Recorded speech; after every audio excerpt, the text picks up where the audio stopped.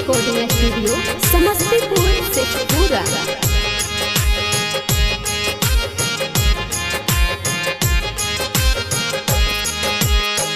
दुल्हन बन के जाइभी तू ससुराल रे पगली, दुल्हन बन के जाइभी तू ससुराल रे पगली। काल्हे जोगिया बन के अइबौ तोर दुआर रे पगली, काल्हे जोगिया बन के अइबौ तोर दुआर रे पगली।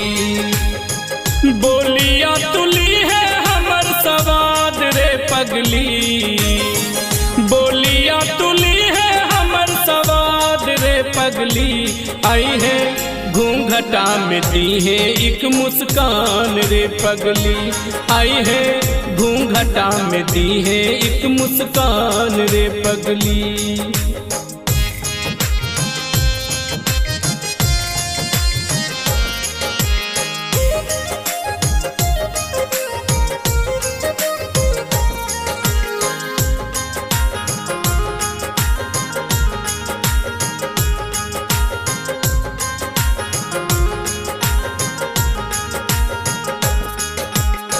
घरबा दुआरी आई पिपरा के छौआ, तोरा बिना सुना लागे पूरा ये गौआ।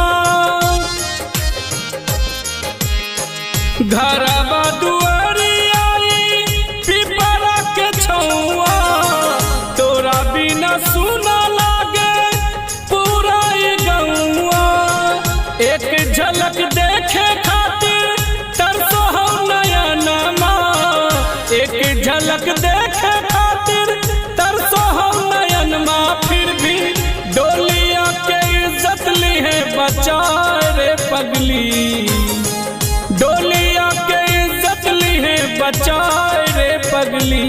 आई है घूंघटा में दी है एक मुस्कान रे पगली, आई है घूंघटा में दी है एक मुस्कान रे पगली।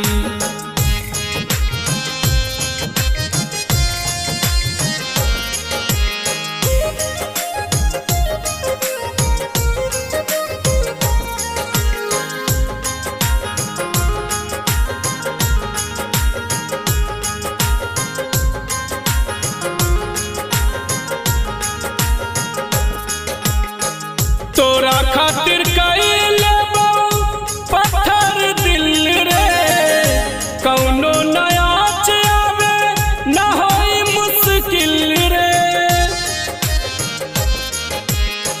तोरा खातिर कइले पत्थर दिल रे, कौनो नया आवे न होई मुश्किल रे। भूल के भी कबो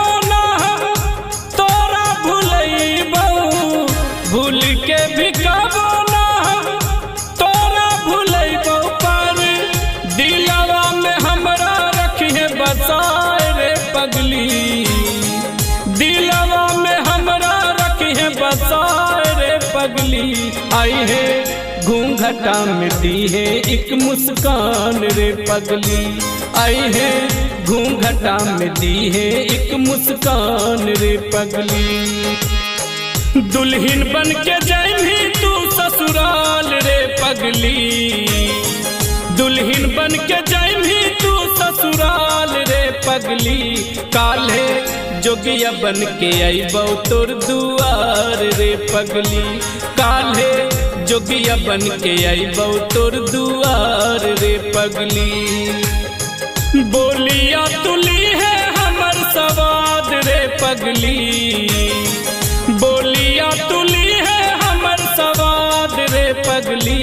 आई है घूंघटा में दी है एक मुस्कान रे पगली, आई है घूंघटा में दी है एक मुस्कान रे पगली।